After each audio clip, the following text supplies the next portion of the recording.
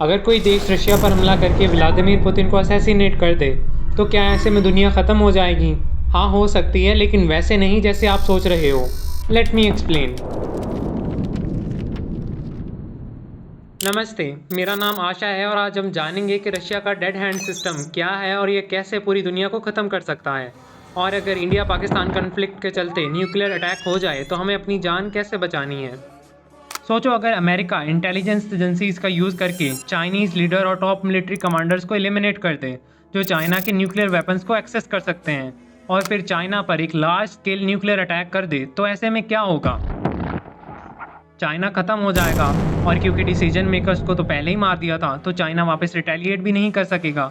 यही thought process USSR के दिमाग में भी आई थी। जब अमेरिका और यूएसएसआर के बीच कोल्ड वॉर पीक पर थी, तब यूएसएसआर को डर था कि क्या हो अगर अमेरिका पहले अटैक कर दे और रिटेलिएट करने के लिए हम में से कोई बचे ही ना, जैसे अमेरिका ने हिरोशिमा में किया था। इसी डर से यूएसएसआर ने एक ऐसा सिस्टम बनाया जो दुनिया का सबसे डेडलीस्ट बैकअप प्लान बन गया। रशिया ने अपने पूरे लैंड मास पर सेंसर्स लगा रखे हैं, जो 24 घंटे कंटिन्यूस मॉनिटरिंग करते हैं और सारा डाटा एक ऑटोनोमस सिस्टम को भेजते हैं। इन केस अगर कोई भी कंट्री रशिया की टेरिटरी के अंदर न्यूक्लियर अटैक करती है, तो ये सिस्टम ग्राउंड सेंसर से रेडिएशन, सेस्मिक, ब्लास्ट प्रेशर, इन सब का डाटा कलेक्ट करके टोटल डैमेज की एक रिपोर्ट बनाएगा और फिर उस रिपोर्ट को रशियन कमांड सेंटर में भेज देगा कि हम पर न्यूक्लियर अटैक हुआ है। अगर कमांड सेंटर से वापस रिस्पॉन्स आता है तो ये सिस्टम कुछ नहीं करेगा, लेकिन अगर कमांड सेंटर साइलेंट रहता है और कोई भी रिस्पॉन्स नहीं आता, तो इससे प्रीमीटर को ये कंफर्म्ड हो जाएगा कि रशियन लीडर और टॉप मिलिट्री कमांडर्स नहीं रहे। फिर प्रीमीटर अपना काम शुरू करेगा और रशिया के सारे न्यूक्लियर लॉन्च साइट्स को एक्सेस कर एक fully automated nuclear retaliation initiate करेगा और ऑटो टारगेट लॉक करके लगभग 6000 न्यूक्लियर वॉरहेड्स को अमेरिका और नेटो कंट्रीज समेत पूरी दुनिया पर दागेगा, वो भी बिना किसी इंसानी इंटरफेरेंस के। अब के टाइम साउथ एशिया में जैसे हालात हैं, ऐसे में कुछ भी हो सकता है। इन केस अगर कोई भी कंट्री न्यूक्लियर अटैक करती है, तो ये कुछ स्टेप फॉलो करके आप खुद को बचा सकते हो। ब्लास्ट के फ्लैश की तरफ बिल्कुल मत देखना, आंखों की रोशनी तुरंत चली जाएगी।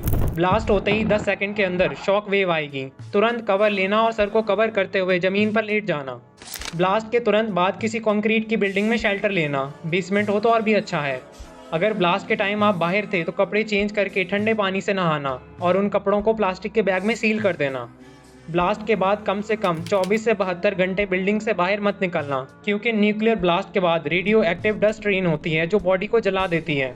डोर और विंडोज़ को विंड प्लास्टिक, कपड़े या टेप से सील कर देना और गवर्नमेंट या आर्मी के कहने पर ही बाहर निकलना। और हाँ, एक इमरजेंसी गो बैग हमेशा रेडी रखना, जिसमें पानी, मास्क, फ्लैशलाइट, आयोडीन टैबलेट्स और बेसिक फूड हो। इमरजेंसी के लिए हमेशा रेडी रहना, आपकी जान बहुत कीमती है। जापान के लोगों ने भी कभी नहीं सोचा था कि हिरोशिमा में ऐसा कुछ हो सकता है। टेंशन बढ़ते ही पाकिस्तान पहले न्यूक्लियर अटैक कर सकता है, क्योंकि उसने no first use policy adopt नहीं कर रखी। इसलिए अपना और अपने प्यारों का ख्याल रखना।